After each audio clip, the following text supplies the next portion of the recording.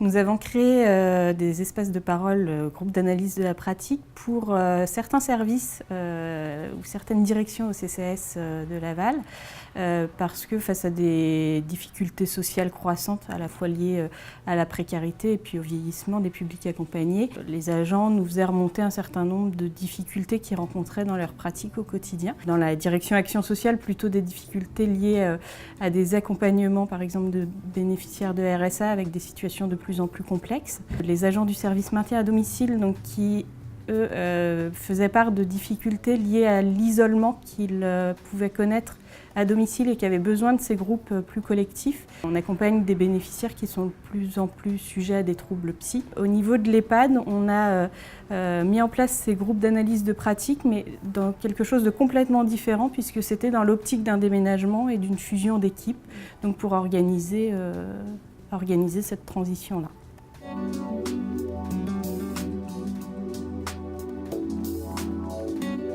C'est un dispositif qui est encadré par une intervenante en systémie, qui est infirmière. En fonction des groupes, l'encadrant est présent ou non, mais il est de toute façon pas présent sur l'intégralité de la séance. C'est des groupes de 10-12 personnes. Idéalement, il faudrait qu'ils puissent se réunir une fois par mois pendant 2 heures.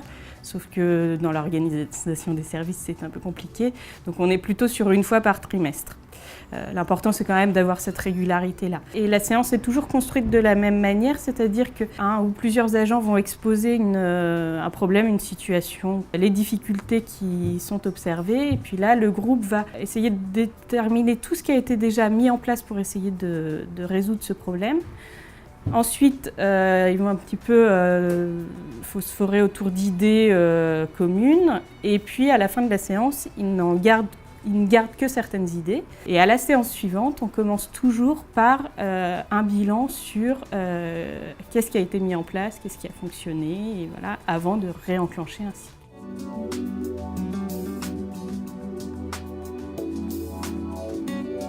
On a réalisé une évaluation du dispositif en fonction des différents services concernés. Donc on a des résultats qui peuvent être vraiment différents en fonction des services.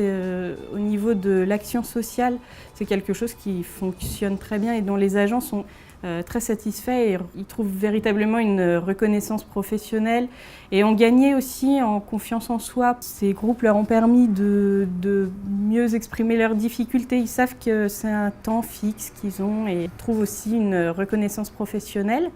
Pour les aides à domicile, c'est aussi important parce que ça leur offre un moment collectif et là on renforce aussi le sentiment d'appartenance parce que pour elles c'est quelque chose qui n'est pas forcément évident puisqu'elles sont quand même beaucoup seules au domicile des personnes au quotidien. Des intérêts certains sur la cohésion d'équipe et puis en termes d'encadrement aussi développer de nouvelles pratiques de communication.